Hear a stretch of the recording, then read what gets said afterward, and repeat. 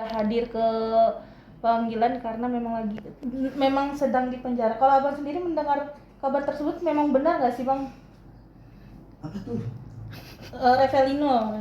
Iya. Kabarnya kan tidak kemarin kan. Kalau proses kepolisian kita hargai proses kepolisian. Tekniknya masalah gimana itu udah menjadi urusan polisi. Kamera bang. Gitu loh.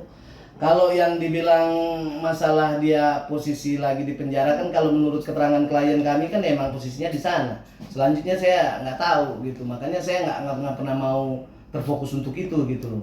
Saya lagi fokus ke depan bagaimana antisipasi nanti masalah pemanggilan di kepolisian itu aja. Karena kami masih menunggu untuk panggilan polisinya sih. Kira-kira kepanggilan itu kapan bang? Mungkin udah minggu ini atau minggu depan atau nggak tahu. Ya kita hargain proses yang berjalan aja karena itu kan haknya di kepolisian, nggak bisa kita intervensi. Banyak kan pekerjaan polisi yang lain-lain untuk mengamankan negara ini ya kan. Masa terfokus dengan perkara LK dengan LM aja kan. Kasihan yang lain kan, banyak yang perlu dibela. Oke. Gitu. Jadi kita menunggu dan kita menghargai proses-proses yang berjalan. Oke, bang, terkait sekarang kan Lisa sudah berani untuk muncul di depan podcast pertama kali dengan Richard Lee yang menggamblangkan semua cerita kronologi. Ini mungkin kan di situ juga dia ada mengakui kalau hubungan dia tuh bersama Ridwan Kamil transaksional. Maksudnya transaksional, cuman kayak kebutuhan doang lah. Ini gimana nih abang, mungkin selaku lawyernya Lisa menanggapi? Ya apa yang dia nyatakan ya udah itu aja. Apa yang perlu saya komenin? Nggak perlu harus komenin. Nah ketika dia muncul di podcast berani untuk membicarakan, apakah dia berdiskusi dengan PH-nya atau seperti apa nih bang? Itu jeritan hati dia langsung. Kita nggak pernah ada intervensi untuk dia berbicara seperti apa.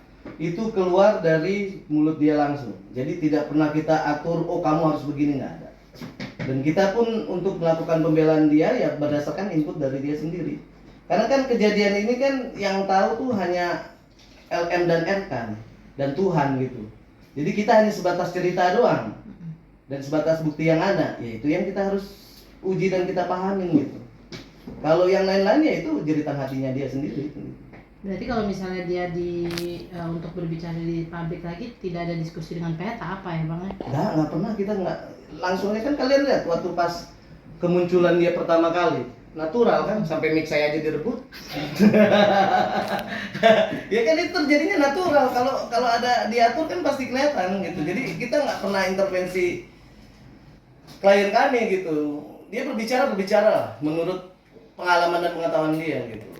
Oke, tapi ada yang bilang juga bang di pemberitaan setelah dia muncul di podcast itu ternyata dalam dibalik kasus ini terkuaknya adalah salah satu suaminya yang sekarang yang mendorong dia untuk mengatakan semua speak up kalau itu anaknya Ridwan Kamil, suaminya ini, biar mendapatkan mungkin ya uang atau seperti apa. Mungkin abang mengetahui nggak sih sebagai PH? Nggak pernah bicara itu. Karena memang itu dari siapa itu? Lisanya mengatakan suaminya mensupport semua. Oh kalau mensupport masalah dia ini, suaminya itu tidak mau ikut campur. Tapi karena sebagai suaminya dia support sebagai ini aja, keluarga ya, untuk bikin dia tambah semangat gitu. Kalau yang lain-lain yang diarahkan nggak ada itu. Jangan ditambah-tambahin lah, kayak gitu, kasihan dia. Itu dari berita bang, saya tambahin. Itu jangan ditambah-tambahin, jangan terlalu dipojokkan gitu. Kan kayak ini, soalnya tuh suaminya Lisa nih yang mendorong Lisa untuk speak up kalau mengaku kalau itu anaknya RK gitu. Nggak ada. Cuan. Suaminya cuman bilang ya udah itu urusan kamu pribadi gitu loh. Orang suaminya aja nggak pernah kelihatan kan. Tapi sampai sekarang masih sama, masih satu rumah, nggak ada masalah. Gitu. Oh berarti kalau misalkan seperti dilaporkan ya oleh pihak RK, mungkin dari pihak Lisa sendiri akan melaporkan nggak? Nggak perlu. Nggak perlu kita buka laporan RK. lagi, kasihan kebanyakan nanti kerjaan polisi kalau kita buka laporan tandingan kan. Toh juga sama perkaranya kan, biarin yang sudah berjalan sekarang kita hargain, ya kita jalanin gitu. Ngapain menuhin laporan gitu, masih banyak kan perkara yang harus dipikirkan lain untuk di kepolisian gitu.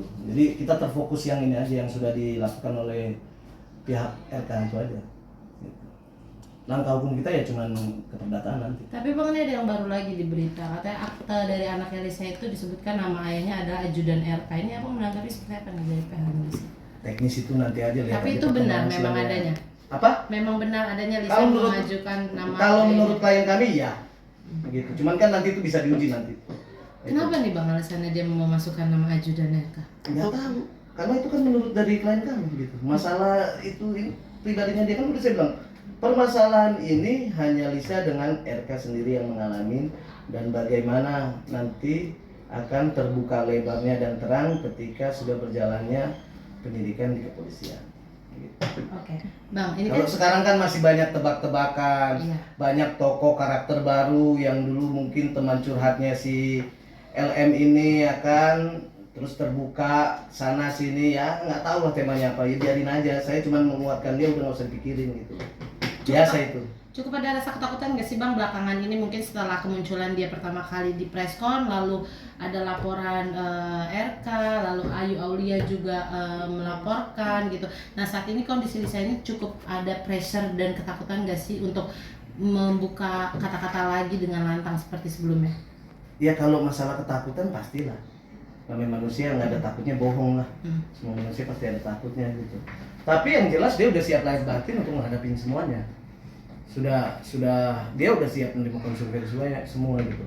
Dan kita juga menguatin ya kalau selama kamu benar ya sejengkal pun kita nggak mundur, itu aja. Kalau misalnya di tengah-tengah didapat ada kebohongan Bang, gimana Bang?